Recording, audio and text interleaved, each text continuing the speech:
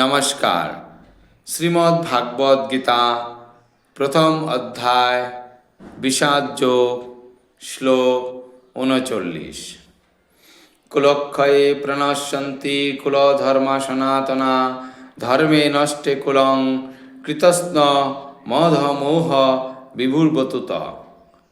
কুলক্ষয়ে অর্থাৎ বংশনাশ হলে, প্রণশ্যন্তি বিনষ্ট হয়, কুলধর্মা কুলধর্ম, সনাতনা চিরাচরিত, ধর্মে ধর্ম, নষ্টে নষ্ট হলে, কুলম বংশ, কৃতস্নম সমগ্র, অধর্ম অধর্ম, অভিভবতি পর্যবাসিত হয়, উত বলা হয়। অনুবাদ: কুলক্ষয় হলে সনাতন কুলধর্ম বিনষ্ট হয় এবং তাহলে সমগ্র বংশ অধর্মে লিপ্ত হয়। তাৎপর্য: বর্ণাশ্রম সমাজ ব্যবস্থায় অনেক ধর্মীয় রীতিনীতি ও আচার অনুষ্ঠানের নির্দেশ দেওয়া আছে, যা পরিবারের প্রতিটি সদস্যের যথাযথ গঠনে এবং পারমার্থিক উন্নতি সাধনে সহায়তা করে। পরিবারের প্রবীণ সদস্যরা পরিবারভুক্ত অন্য সকলের জন্য থেকে আরম্ভ করে মৃত্যু পর্যন্ত এই ধরনের শুদ্ধিকরণ সংস্কারের দায়িত্ব পালন করে থাকেন।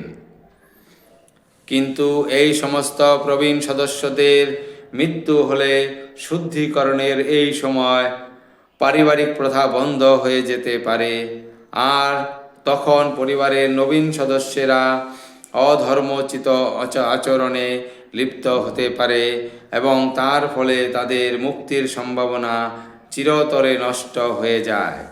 তাই কোনো কারণেই পরিবারের প্রবীণ সদস্যদের হত্যা করা উচিত নয়। শ্লোক ৪০। অধর্মা বিবদবাদ কৃষ্ণ প্রদুষ্যন্তি কুলশ্রিয় শ্রীষু দিষ্টাসু বাষ্ণেয় জায়তে বর্ণশঙ্কর। অধর্ম অর্থাৎ অধর্ম অভিভবাত প্রাদুর্ভাব হলে, কৃষ্ণ হে কৃষ্ণ, প্রদুষ্যন্তি কলুষিত হয়, কুলশ্রিয় কুলবধূগণ, শ্রীষু স্ত্রীলোকেরা, দৃষ্টাসু অসচ্চরিত্রা হলে, বাষ্ণীয় হে বৃংশী বংশজ, জায়তে উৎপন্ন হয়, বর্ণশঙ্কর অবাঞ্ছিত প্রজাতি।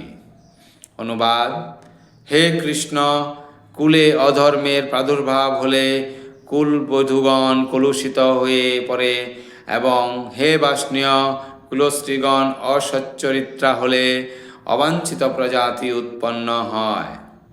তাৎপর্য: মানব সমাজে ভালো জনগণই হচ্ছে জীবনে শান্তি, সমৃদ্ধি এবং পারমার্থিক প্রগতির মূল ভিত্তি।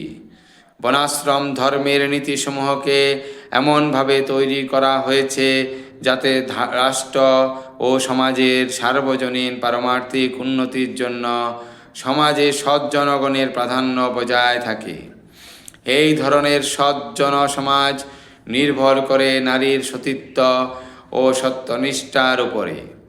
শিশুদের মধ্যে যেমন বিপদগামী হবার ভীষণ প্রবণতা দেখা যায়, স্ত্রীলোকদের মধ্যেও তেমন ভীষণভাবে অধঃপতিতা হওয়ার প্রবণতা থাকে। তাই শিশু ও স্ত্রীলোক উভয়েরই পরিবারের প্রবীণদের কাছ থেকে সুরক্ষার প্রয়োজন হয়। নানা রকম ধর্মীয় আচার অনুষ্ঠানে নিয়োজিত হলে স্ত্রীলোকেরা বিপদগামী হয়ে ব্যভিচারী হবে না।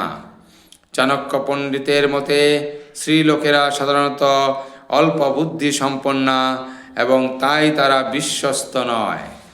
তাই তাদের নানা রকম পারিবারিক ঐতিহ্যবাহী অনুধর্মানুষ্ঠানে সবসময় নিয়োজিত রাখা উচিত, আর তার ফলে তাদের সতীত্ব ও ভক্তি বর্ণাশ্রম পন্থায় অংশগ্রহণের যোগ্য সৎ মানুষের জন্মদান করবে।